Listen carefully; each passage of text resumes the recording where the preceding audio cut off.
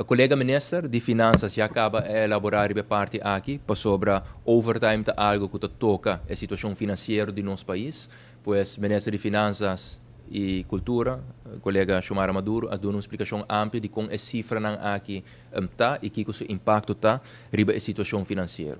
Mas, obviamente, é aspecto também que toca de manejo de personal. E pensei também tem circular a sali algum tempo atrás, o ministro-presidente emitiu essa aqui, que ainda tem circular a papia, em verdade, de máximo de 40 horas, mas no mesmo momento também puntra tour diretor e tour diensthoofd, que belasco e leiding, para entregar plano com não também manejar e overtime para o departamento.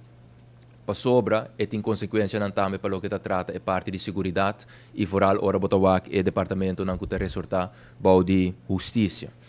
E pensei já acaba for de alguns semanas passar nós a reunir ribe tópico aqui den Justitieel Veiligheidsberaad, essa é a plataforma den qual top de justiça está representar, pero também nós temos diretor overleg que todo o departamento não. E me referi que na corpo policial, na CEA, na brandweer, na Guarda Costa, na KIA, na imigração, então den reunião aí na apresentar o plano com não vai percurar para a redução de overtime, tendo na conta que 4 pontos que são sumamente importantes para nós. E o ponto não aqui está é segurança que nos mestres queda brinda na pueblo, é serviço também que nos mestres queda brinda na cada cidadão, pero sem dúvida também palabração local e internacional que tem para o que a presença de entre outros nos hulpdiensten entre outros também na certo infraestrutura vital, maneira por exemplo aeroporto. Diz para dar exemplo, nós não por reduzir nos sterkte bijvoorbeeld de brandweer, bouw die minimum não, que a palavra para nós porque cumprir com normas internacionais.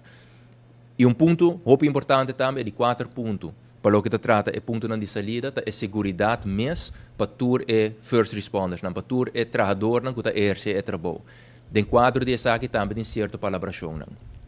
E me serviço que nós chega a plano que aborda comunicar também na sindicato, foral na sindicato de polícia, corpo-chefe a comunicar essa aqui para tornar-nos porque quer garantir a segurança e a segurança para nós mesmos. E o plano aqui está conta com a aprovação também do Departamento de Recursos Humanos.